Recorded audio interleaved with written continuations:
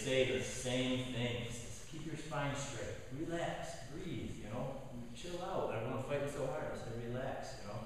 And then it's just about position and being able to move. And they're wizards at it, and it's phenomenal, you know. And it's all the same stuff as Systema, except just like these mats, all these puzzle piece mats, it's like one piece of the puzzle, you know. Here's 2-man attacks, here's 3-man attacks, here's knife attacks, here's guns, here's military missions, whatever. But if you look at this world, it's very good, and there's a lot of good people at it, and it's a very, very popular martial art, along with MMA, wrestlers, you know. Those guys are very good at what they do, and there's a lot of them, and they tend to be the younger, more aggressive people that would, you know, you're more likely to be in a fight with, you know, than your typical martial artist that doesn't need to prove anything. So you've got to explore a little bit of that world where these guys are dangerous and they know what they're doing. You have to be somewhat comfortable down there and be able to finish things. As well as, you know, we hope for the best, hope for that, you know, Anderson Silva type, Vladimir knockout. The guy just looks silly and you look great, but it doesn't always work that way. So. Hey Jeff, could you talk a little bit just about your own experience? Did you start MMA and grappling a little before or after the same time as Systema, and how they both affected you in your training a little bit, how the Systema might have helped one or the other might have helped? Yeah, for sure. I started, what they called like at the time, like Valley Tudo. The first UFC had just come out and revolutionized, you know, martial arts and improved a point. So right after that came out, you know, I met my coach, who's still my coach. He's a Brazilian Jiu-Jitsu black belt, a Judo black belt. He's probably been in 100 like good street fights.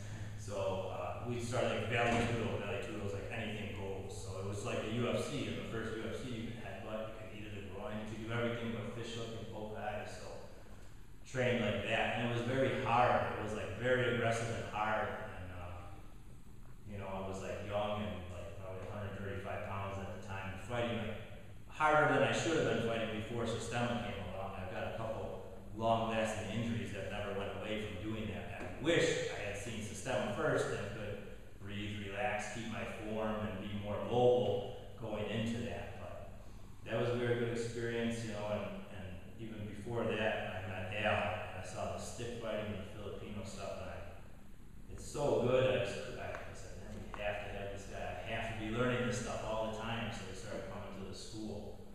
And then, without saying anything, Mr. McClucky started teaching Systema without ever saying it, you know. And I specifically really remember, like, he seemed like so fired up at one point. I was like, wow, after all, like, years of training, all of a sudden you sound like very energized and very like excited.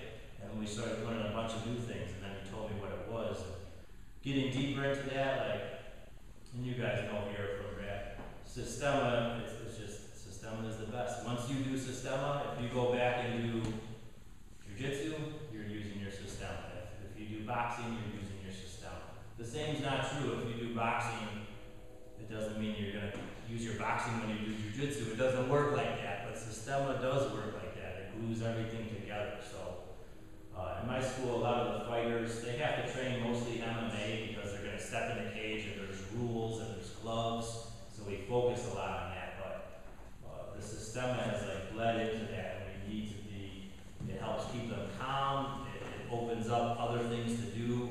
You don't have to just play into someone else's hands. So we try to use Systema in all the other martial arts that we do. And personally, it helped me a ton to be relaxed and to still be training when injured and things like that. So I'm very glad I did it and wish I got it as early as possible.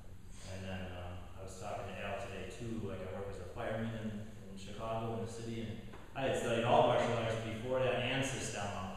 And I remember like going into fires, I was exhausted, like I was wiped out. There's these fat guys smoking cigarettes, like, come on kid, what's wrong with you? You know, like their mind was calm and they were relaxed, and I was like a panicked mess, like smashing everything and going 100%, like going back to like fighting, like full force, full power, going like blinders on.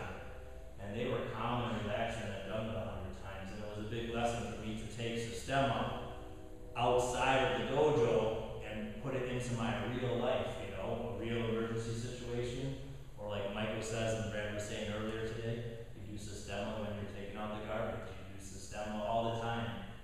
You don't leave here and not do it and come back on Tuesday night and do it again. It's supposed to be like something like a lifestyle, so, yeah, once I learned it, it led into